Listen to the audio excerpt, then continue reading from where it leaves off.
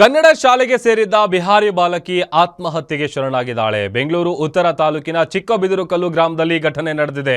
8ನೇ ತರಗತಿ ಓದ್ತಾ ಇದ್ದ 13 ವರ್ಷದ ಅಂಜನಿ ಕುಮಾರಿ ಸಾವನ್ನಪ್ಪಿದ್ದಾಳೆ.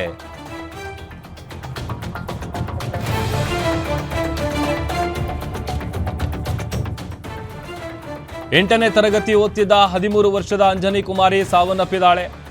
ಕನ್ನಡವನ್ನ ಓದಲು ಬರೆಯಲು ಕಷ್ಟಪಡ್ತಿದ್ಲು ಬಾಲಕಿ. 2 ವರ್ಷಗಳಿಂದ ಸರ್ಕಾರಿ ಶಾಲೆಯಲ್ಲಿ ವ್ಯಾಸಂಗ ಮಾಡ್ತಾ ಇದ್ಲು. ಜೀವನ ನಿರ್ವಹಣೆಗೆ ಬಿಹಾರದಿಂದ ಬೆಂಗಳೂರಿಗೆ ಇವರು ಕುಟುಂಬ ಬಂದಿತ್ತು.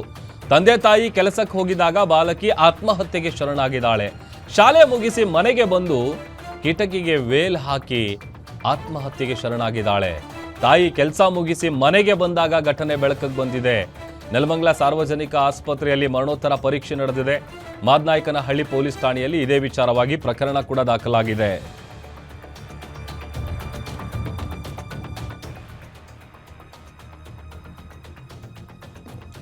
ಮೂರ್ತಿ ನಮ್ಮ ಪ್ರತಿನಿಧಿ ಹೆಚ್ಚಿನ ಡೀಟೇಲ್ಸ್ ಅನ್ನ ಕೊಡ್ತಾರೆ. ಮೂರ್ತಿ, ಕನ್ನಡ ಶಾಲೆಗೆ ಸೇರಿದಂತ ಬಿಹಾರಿ ಬಾಲಕಿ ಆತ್ಮಹತ್ಯೆ ಮಾಡ್ಕೊಂಡಿದ್ದಾಳೆ. ಏನ್ ಕಾರಣ, ಏನ್ ಡೀಟೇಲ್ಸ್ ಗೊತ್ತಾಗಿದೆ? ಪ್ರಭು, ಕನ್ನಡ ಶಾಲೆಗೆ ಸೇರಿದಂತ ಬಿಹಾರಿ ಬಾಲಕಿಗೆ ಏನೋ ಕಬ್ಬಿಣದ ಕಡ್ಲೆಯಾಗಿ ಏನು ಕನ್ನಡ ಕಾಡಿದಂಥದ್ದು. ಶಾಲೆಯಿಂದ ಬಂದಂತ ಬಾಲಕಿ ತನ್ನ ಮನೆಯ ಅಲ್ಲಿನ ಕಿಟಕಿಯ ಕಂಬಿಗೆ ವೇಲಿನಿಂದ ಬಿಗಿದುಕೊಂಡು ಆತ್ಮಹತ್ಯೆ ಮಾಡ್ಕೊಂಡಿರುವಂತ ಒಂದು ಘಟನೆ ಬೆಂಗಳೂರು ಉತ್ತರ ತಾಲೂಕಿನ ಚಿಕ್ಕಬಿದಿರುಕಲ್ಲು ಗ್ರಾಮದಲ್ಲಿ ನಡೆದಿರುವಂತದ್ದು. ಚಿಕ್ಕಬಿದಿರುಕಲ್ಲು ಸರ್ಕಾರಿ ಪ್ರಾಥಮಿಕ ಶಾಲೆಯಲ್ಲಿ 8ನೇ ತರಗತಿ ಓದುತ್ತಿದ್ದಂತ 13 ವರ್ಷದ ಬಾಲಕಿ ಅಂಜನಿ ಕುಮಾರಿ ಈಗ ಸಾವನ್ನಪ್ಪಿರುವಂತದ್ದು. 2 ವರ್ಷದ ಹಿಂದೆ ಏನು ಚೇಡಿ ಮೆಹ್ತಾ ಹಾಗೂ ಕರ್ಪೂರ ದೇವಿ ದಂಪತಿಗಳ ಜೊತೆ ಏನೋ ಅಂಜನಿ ಕುಮಾರಿ ಜೀವನ ನಿರ್ವಹಣೆಗಾಗಿ ಬೆಂಗಳೂರಿಗೆ ಬಂದಿದ್ರು.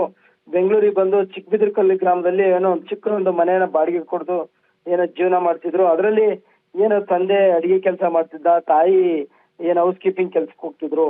ಹಾಗಾಗಿ ಏನು ಈ 6ನೇ ತರಗತಿವರೆಗೂ ಹಿಂದಿಯಲ್ಲಿ ಓದಿದ್ದಂತ ಬಾಲಕಿ 7 ಮತ್ತು 8ನೇ ತರಗತಿಯಲ್ಲಿ ಕನ್ನಡ ಕಲಿಕೆ ತುಂಬಾ ಕಷ್ಟ ಆಗಿದೆ. ಈ ಸಂಬಂಧ ಏನೋ ತಂದೆ ತಾಯಿಗೂ ಕೂಡ ತಿಳಿಸಿದ್ಲು ಬಾಲಕಿ.